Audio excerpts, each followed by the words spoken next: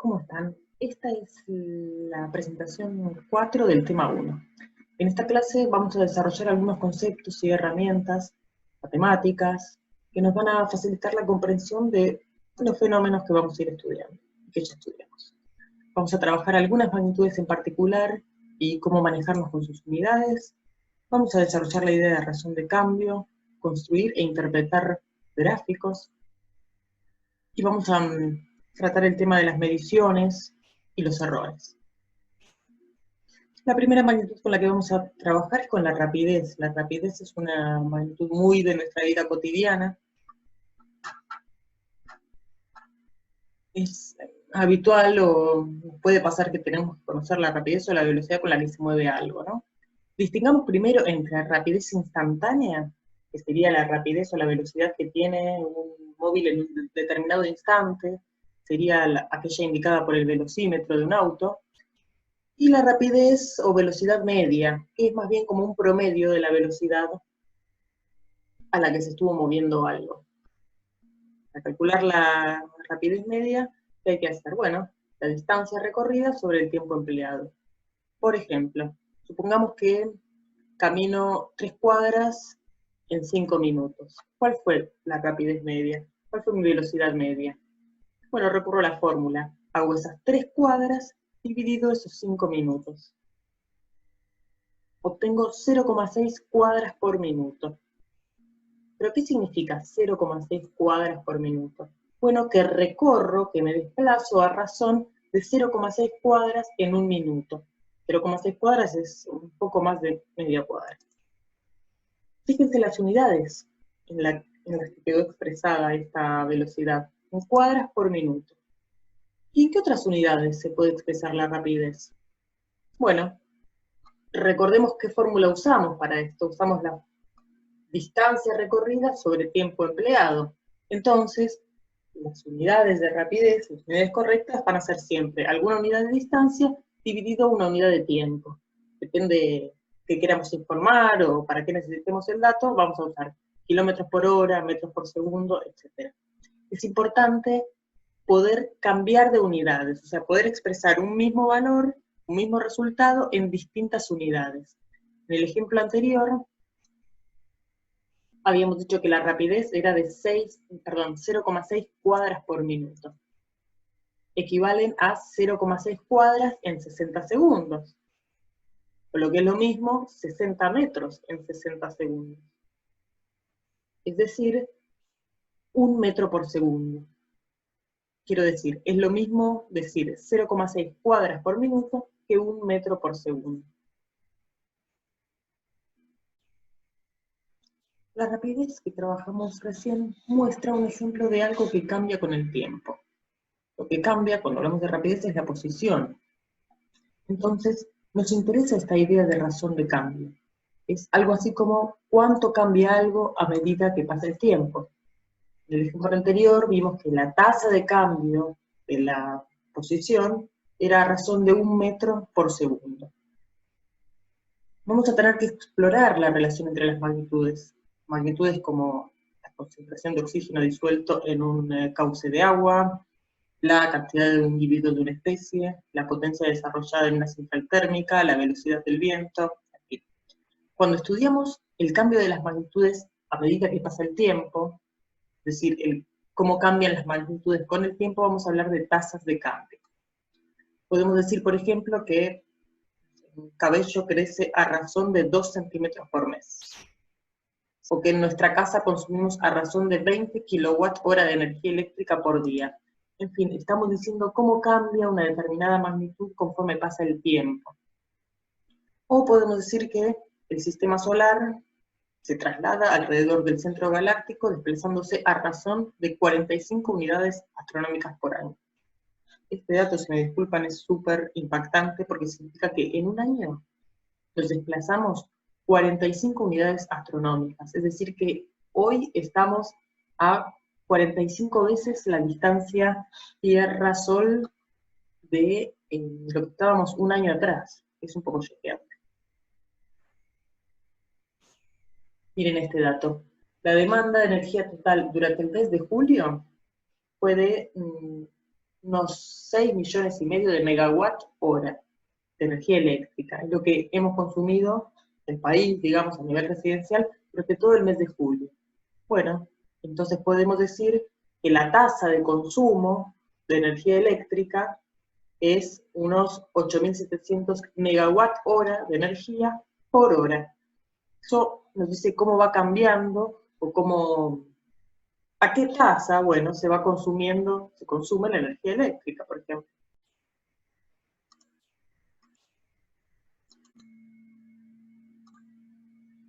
En la actividad 5, ustedes van a trabajar sobre datos de la velocidad y la altura que va alcanzando el satélite SAOCOM 1B, el satélite argentino que ha sido lanzado a la cosa de un mes, mientras está ascendiendo, o sea, mientras está siendo lanzado. El lanzamiento, les cuento, estuvo a cargo de la empresa privada SpaceX, una empresa que utilizó para ello su cohete Falcon 9, que acompaña al SAOCOM hasta una cierta altura, y luego tiene algo simpático, que es que se desprende una de sus etapas, una de las partes del cohete, y regresa a la Tierra para ser utilizada en otros lanzamientos. Fíjense, acá hay una ilustración del satélite, que tiene una órbita heliosincrónica, es decir, que pasa por los polos y va recorriendo meridianos, ¿no? Y da una vuelta al planeta unas cuantas veces por día. Hay un montón de registros, un montón de videos que registran ese momento el lanzamiento. En ellos ustedes van a obtener la información del tiempo y qué altura y qué velocidad va desarrollando el cohete. Van a tener que completar una tabla y graficar los datos, graficar la altura en función del tiempo y la velocidad en función del tiempo. Les recomendamos que usen una planilla de cálculo, como por ejemplo Excel.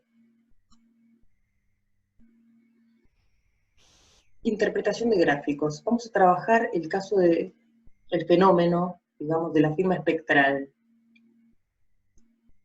La idea detrás de esto es que los objetos reflejan, absorben y emiten radiación electromagnética en forma particular, digamos, distinto para cada longitud de onda. Podemos pensar, simplificadamente, que la radiación que incide sobre un cuerpo o una sustancia, a la radiación que incide pueden pasar tres cosas. Esta es la radiación incidente. Le puede pasar que sea absorbida, que sea transmitida o que sea reflejada.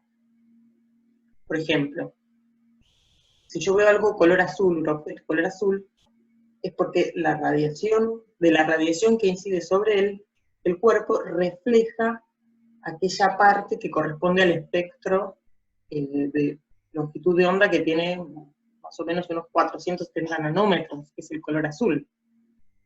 Digo refleja porque una regla no tiene luz propia, es decir, no emite luz en el espectro visible. Entonces, de la luz que le llega, de toda la luz que le llega, se queda con todo, absorbe o transmite, con todo menos con el rango del azul, que es lo que refleja y por eso podemos verlo. Bueno, sí emite en otras partes del espectro, el infrarrojo, pero nosotros no podemos detectar esas radiaciones a simple vista. De hecho, las únicas radiaciones electromagnéticas que podemos ver son las del espectro visible. Vamos a usar herramientas de la teledetección. La teledetección nos permite entender cómo algunos fenómenos o objetos van a ser registrados, procesados e interpretados por un sistema sensor, como el que ven ahí en la figura. Un sistema sensor podría ser nuestros ojos. Cuando estamos en este momento viendo una pantalla o leyendo un libro, nuestros ojos sensan o registran la energía electromagnética reflejada por el libro o la pantalla. Es decir, que actúan de sensor. Después nuestro cerebro va a interpretar esta información y le vamos a dar sentido. Un sensor de los que hay en los satélites hacen eso, registran y obtienen datos que luego se interpretan para generar alguna información relevante.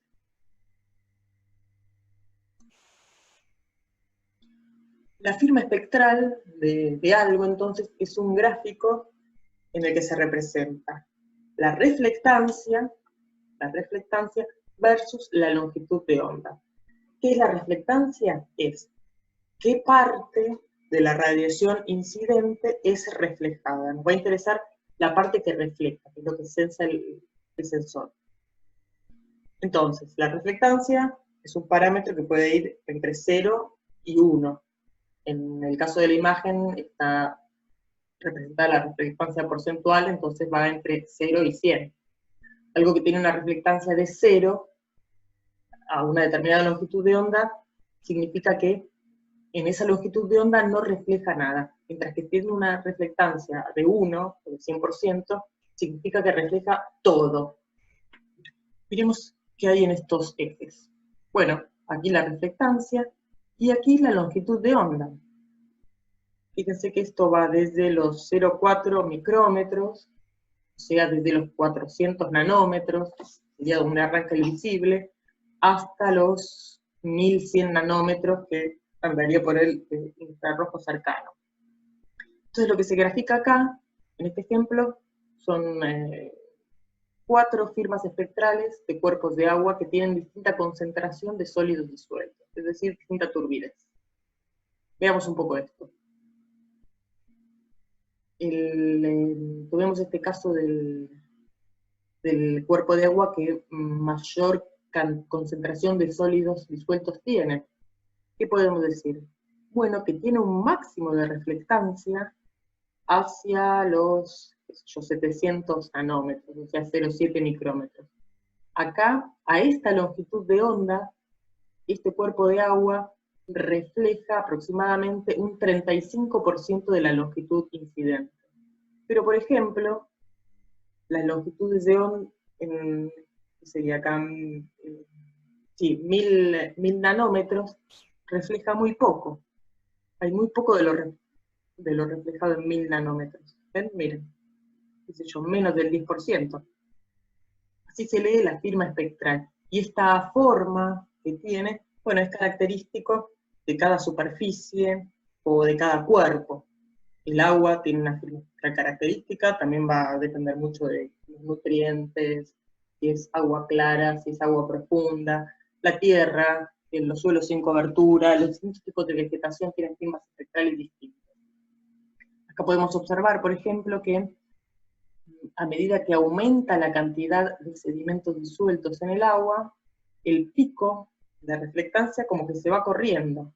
Por ejemplo, este agua de abajo, no de abajo, este agua que está representada acá, que tiene 25 miligramos por litro, es la concentración, la que menos concentración de sólidos disueltos tiene. Es la que menos refleja también. Es más o menos en todas las longitudes de onda. Y el pico anda por acá, o sea que tiene un pico de reflectancia, digamos, a los, qué sé yo, 0,55 micrómetros. Mientras que este cauce de agua se corre un poquito el pico, ya está más cerca de los 0,6 micrómetros. Y mientras más cantidad de sólidos disueltos tenga, se va corriendo un poco más.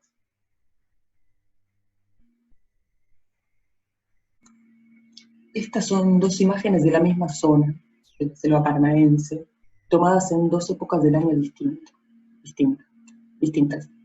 Ven que no se ve como se ve una imagen normalmente, porque no está a color real, sino que se elige justamente para notar esta diferencia en tipos de suelo, en los tipos de vegetación, se elige una combinación distinta, es decir, se elige ver, en vez de en rojo, verde y azul, que es como ve nuestro ojo normalmente, se elige ver, por ejemplo, en el rojo, en el infrarrojo cercano y en el azul.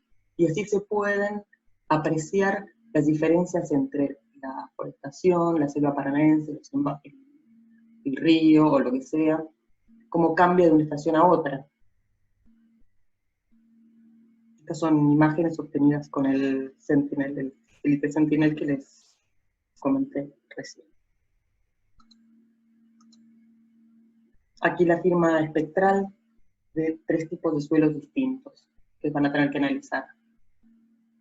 Se ve un cuerpo de agua, como es la de un suelo sin cobertura, y la de un suelo con vegetación.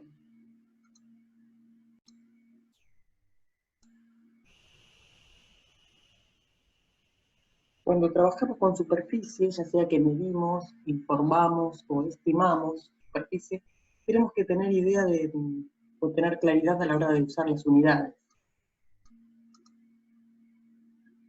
Empecemos. Un centímetro cuadrado, si algo tiene una superficie de 1 centímetro cuadrado, es que tiene una superficie de un cuadradito cuyos lados miden 1 centímetro. Esa puede ser una unidad de superficie. Entonces, por ejemplo, esta figura de acá tiene una superficie de 8 de esos cuadraditos. ¿Ven?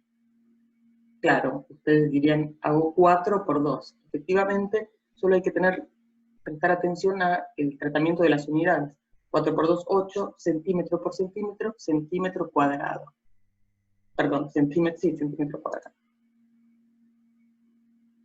Lo mismo vale para un decímetro cuadrado. ¿Qué es un decímetro cuadrado? Una unidad de superficie que mide un cuadrado que mide 1 decímetro de lado, es decir, 10 centímetros por 10 centímetros. Y lo mismo para un metro cuadrado. Si quiero calcular cuántos metros, si alguien te pregunta cuántos metros cuadrados mide tal superficie, lo que te está preguntando es cuántos cuadrados de 1 metro de lado caben allí. Lo mismo para un kilómetro cuadrado. Una superficie de 1 kilómetro cuadrado es una superficie que tiene un cuadrado de 1 kilómetro por 1 kilómetro. Si algo tiene una superficie de, qué sé yo, 2 kilómetros cuadrados, significa que caben 2 de esos cuadrados que tienen 1 kilómetro de lado. Ustedes van a tener que hacer una actividad midiendo con el Google Earth, medir algunas superficies y establecer relaciones, comparaciones. Es decir, la superficie de mi casa es tantas veces tal superficie.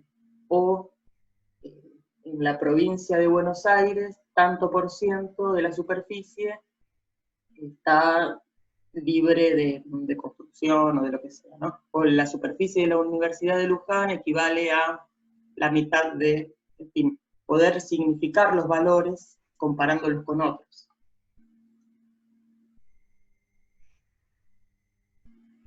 Una unidad de volumen, el volumen es el espacio que ocupa algo. El centímetro cúbico es un cubito que tiene 1 centímetro por 1 centímetro por 1 centímetro.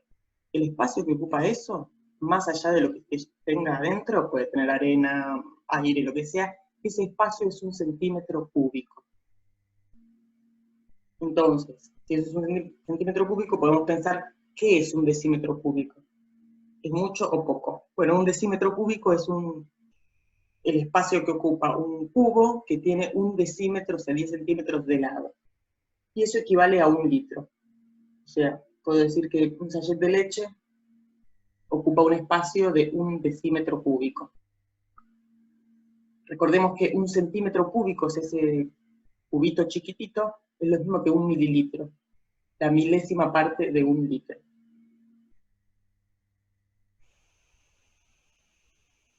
Y entonces está bueno empezar a tener idea de los tamaños de las cosas, de qué sé yo, ¿cabe en una habitación 5 metros cúbicos? Bueno, sí, cabe. ¿Caben en una taza? No, claramente no.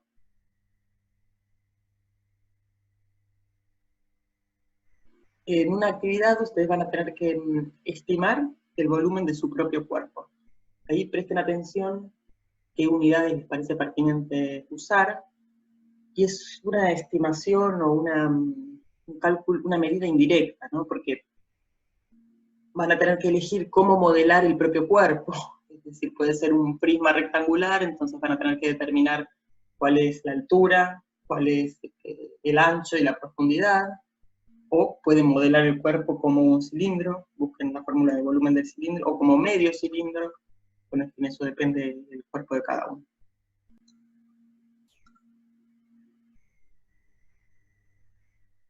Imagínate que yo te digo que mi altura es 1,65782 metros. Hay algo que está mal en ese valor que te digo, ¿no? ¿Qué es lo que está mal? Primero que me decís, ok, 1 metro te lo creo. 1,6 también. 1,65 ponele. ¿Y las otras cifras, de dónde las sacaste? ¿Con qué instrumento tan preciso pudiste medir eso? ¿Cuántas mediciones tuviste que hacer para estar tan segura de ese resultado? Sería más sensato decir, mido entre tanto y tanto. qué sé yo, entre 1,60 y 1,70, o entre 1,64 y 1, en fin, dar un intervalo, ¿no?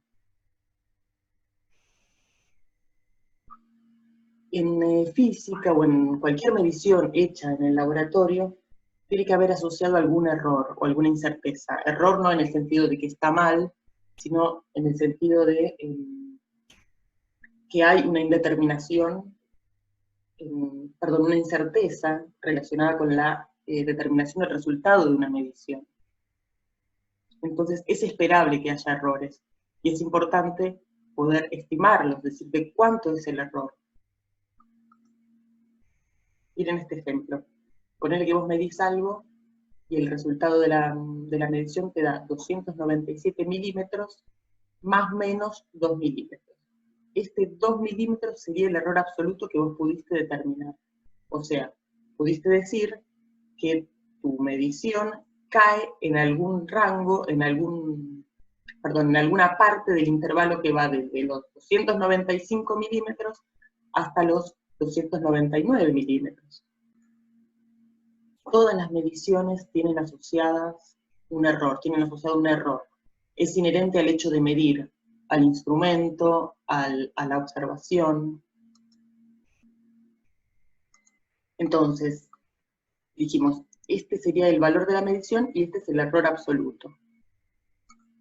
También hay algo que se llama el error relativo, que viene a ser cuánto del valor de la medición es el error.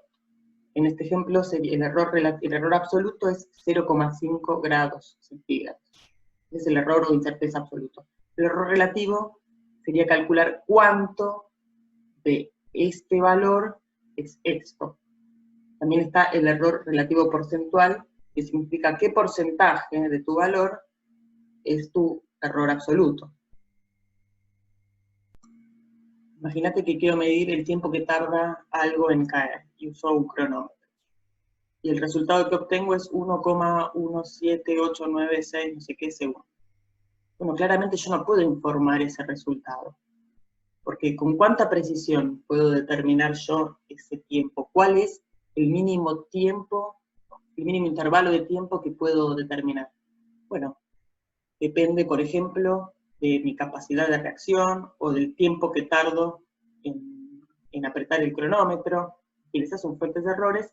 Entonces lo importante es poder asignarle un valor al error absoluto. Es decir, yo mido con este error. Una vez que se determina ese error absoluto, se puede saber, o se decide, se determina a la vez con cuántas cifras significativas se va a informar el valor. ¿Ven? Por ejemplo, si mi error absoluto es de 0,2 centímetros, o sea que si yo estoy midiendo hasta la décima del centímetro, al valor, al resultado de la medición, le puedo poner más cifras. Tampoco le puedo poner menos. Una de las actividades que tienen que realizar en la guía retoma la idea o el fenómeno de estos hidratos de metano, hidratos de gas. Son básicamente bloques de hielo que tienen metido adentro algún gas, por ejemplo metano. Estos hidratos, que se encuentran en ciertas zonas de permafrost o en ciertos sedimentos del lecho marino, tienen una zona de estabilidad. Zona me refiero a ciertas condiciones de presión y temperatura en la cual son estables. Ahora, frente a cambios, ya sea de presión o de temperatura, se disocia esto, entonces se puede liberar el metano. Y resulta que hay mucha reserva de metano en esos hidratos. Pensé que el metano es un hidrocarburo muy sencillo, pero que tiene una gran capacidad energética. Ahí radica el interés y el estudio que se está llevando a cabo de estos hidratos, ¿no? Y sobre todo de la extracción de estos hidratos. Ya sabemos que no está para nada bueno que todo ese metano salga de allí, ¿no? Lo que más queremos es que se quede ahí encapsulado en los sedimentos donde está y que no salga a la atmósfera. También el peligro de utilizar esto como fuente de energía, el peligro de las fugas de metano que puede llegar a haber. Bueno, van a tener que ponerle un poco de números a esto. Miren esta afirmación. Se cree que las reservas de hidratos de metano superan a todas las de petróleo, gas natural y carbón juntas. Los expertos aseguran que solo con los hidratos de metano hay un suministro energético para un siglo. O sea, un montón. Aquí hay un mapa donde se muestran, donde se calcula que hay presencia de hidratos. Otra magnitud que vamos a trabajar es el caudal. Miren, esta es una información sacada de la página de la entidad binacional Yacyretá, que suben informes hídricos con una periodicidad de una semana más o menos. Miren lo que dice acá. Durante la última semana, la central Yacyretá es una central hidroeléctrica que compartimos con Paraguay. Dice que durante la última semana el caudal del afluente promedio del río Paraná fue de 10.500 metros cúbicos por segundo. O sea que el caudal del río fue de 10.500 metros cúbicos por segundo. ¿Qué es eso, el caudal? ¿Qué son esos metros cúbicos por segundo? Bueno, es que si tomamos una sección, digamos, una sección del río, por allí pasan 10.500 metros cúbicos de río por cada segundo. O sea que el caudal también es una tasa de cambio. Es a razón de cuánto volumen de río está fluyendo en un determinado tiempo.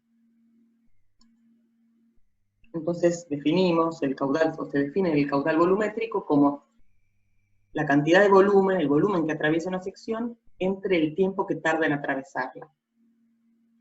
Te puedes preguntar por el caudal que tiene, no sé, cuando vacías la pileta. ¿A razón de cuánto líquido extraes por segundo, por minuto, por hora, por lo que sea, ¿no? Allí hay que ver cuáles son las unidades pertinentes. Pero retomando este análisis que hicimos de las unidades cuando trabajamos la rapidez, cualquier caudal volumétrico va a tener que tener ¿qué unidades? De volumen, ya sea metro cúbico, litro, mililitro, sobre una unidad de tiempo.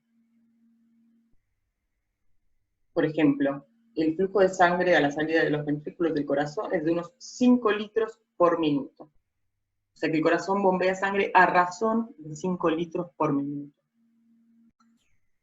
En esta actividad van a tener que hacer unas investigaciones y también hacer una experiencia, o sea, medir algo. Van a tener que elegir una canilla, una manguera o algo y medir cuál es el caudal de esa canilla, o sea, a razón de cuánto líquido está pasando por segundo, por hora, por minuto. Como es una actividad, como van a tener que hacer una medición, es una medición indirecta, porque ustedes no van a medir directamente el caudal. Lo que van a medir, por ejemplo, pueden medir el volumen de líquido y el tiempo que tarda en juntarse ese volumen o lo que sea. Es una medición indirecta, o sea, es un resultado que van a obtener a partir de otras mediciones. Lo mismo que si yo mido el volumen de la habitación. Yo no voy a medir directamente los metros cúbicos que tiene mi habitación. Voy a medir las dimensiones y a partir de eso voy a hacer un cálculo sencillo que es multiplicar y obtener el volumen. Eso se llama que son mediciones indirectas. Entonces hay que prestar atención con cómo se informan los valores y cómo se asigna el valor absoluto el error absoluto de las magnitudes que se están midiendo. Lo más importante de esto es ser criterioso. También van a tener que investigar acerca de algún caudal que les parezca interesante conocer e informar. Acá hay un ejemplo. Nos preguntamos cómo era el caudal de la cuenca Matanza-Riachuelo, es decir, del Riachuelo, y cuántas porquerías se tiran, cuál es el caudal de porquerías que se tira el Riachuelo. Miren qué interesante. El caudal medio anual del Riachuelo es de unos 7 metros cúbicos por segundo. Fíjense qué poquito en comparación con el caudal del río Paraná, por ejemplo, que era algo de 10.000 metros cúbicos por segundo. Esto está medido, es un dato que se obtiene a partir de mediciones que se hacen donde el riachuelo entra a Cava, ¿no? O sea, en la zona de unas estaciones de medición que hay en Puente La Noria, Puente Uriburu y Puente Avellaneda. Ya no se llama Cuenca Matanza Riachuelo, ahí el río le solemos decir riachuelo. 7 metros cúbicos por segundo equivalen a decir 600, más o menos 600.000 metros cúbicos por día. Ese es el caudal medio anual del río, del riachuelo. Y miren cuál es el caudal de efluentes cloacales vertidos al riachuelo. 300.000 más o menos metros cúbicos por día. O sea, una parte súper importante del río está hecha de los efluentes cloacales y también los residuos industriales, sin contar los residuos sólidos que se tiran al riachuelo. Esta fue toda la clase de hoy. Es una clase de muchas actividades, donde tienen que hacer muchas cosas, así que esperamos vuestras consultas, vuestros comentarios, vuestras dudas a través de los foros, mails, etc. Gracias por todo.